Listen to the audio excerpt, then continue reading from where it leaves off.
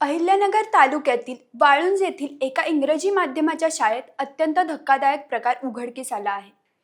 वर्गातील किरकोळ भांडणाच्या कारणावरून मुख्याध्यापकाने तिसरीत शिकणाऱ्या विद्यार्थ्याला मारहाण करत त्याच्या हाताला चावा घेतल्याचा आरोप करण्यात आला आहे।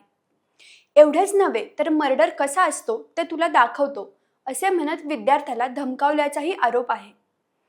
या प्रकरणी मुख्याध्यापक गौतम बहादुर्गे यांच्या विरोधात नगर तालुका पोलीस ठाण्यात गुन्हा दाखल करण्यात आला आहे। पण नेमकं शाळेत घडलं तरी काय? विद्यार्थ्याला एवढी अमानुष शिक्षा का देण्यात आली? पालकांनी पोलिसांकडे कोणते गंभीर आरोप केले आणि या प्रकरणात पुढे काय कारवाई होणार? चला तर पाहूया नेमकं घडलंय काय। नमस्कार, आपण पाहत आहात सत्ता मंच आणि मी आहे तन्वी।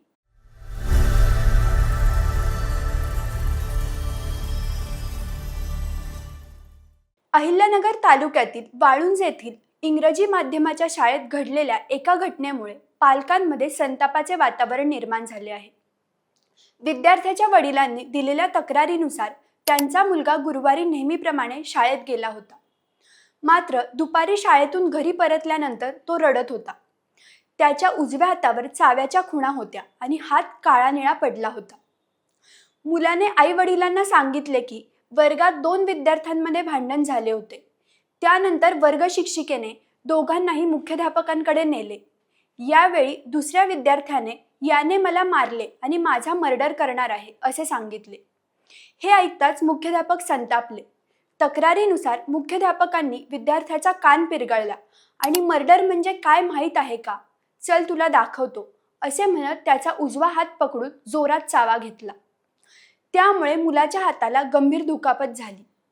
घरी आल्यानंतर त्याला तापही आल्याचे पालकांनी तक्रारीत नमूद केले आहे।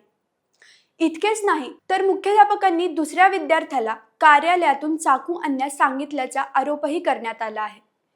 त्यानंतर संबंधित विद्यार्थ्याला गळ्याला धरून वर उचलले आणि 1 ते 20 अंक मोजल्यानंतर खाली सोडले असेही फिर्यादीत नमूद करण्यात आले आहे।